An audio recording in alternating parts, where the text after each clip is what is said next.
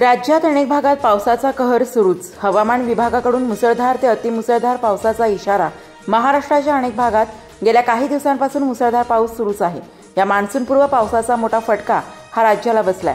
शेतकऱ्यांचे मोठे नुकसान झाले आहे। फळबागा उद्ध्वस्त झाल्या आहेत। या पावसामुळे काही ठिकाणी दुर्घटना देखील घडल्या आहेत। दरम्यान आता पुन्हा एकदा हवामान विभागाकडून राज्यात मुसळधार ते अतिमुसळधार पावसाचा इशारा देण्यात आलाय।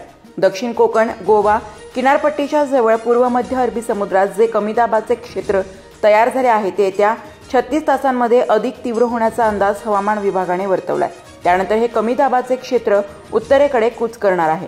या अनुषंगाने महाराष्ट्रातील संपूर्ण कोकण किनारपट्टीला पावसाचा ऑरेंज अलर्ट देण्यात आलाय। शुक्रवारी रायगड आणि रत्नागिरी जिल्ह्यांना पावसाचा रेड अलर्ट दिलाय। या काळात वाऱ्याचा वेग हा 35 ते 40 किलोमीटर प्रति तास इतका असू शकतो असा अंदाज आहे। दरम्यान पालघर, ठाणे, नाशिक, पुणे, सातारा, कोल्हापूर, सिंधुदुर्ग, छत्रपती संभाजीनगर, अहिल्यानगर या जिल्ह्यांना शुक्रवारी ऑरेंज अलर्ट देण्यात आलाय।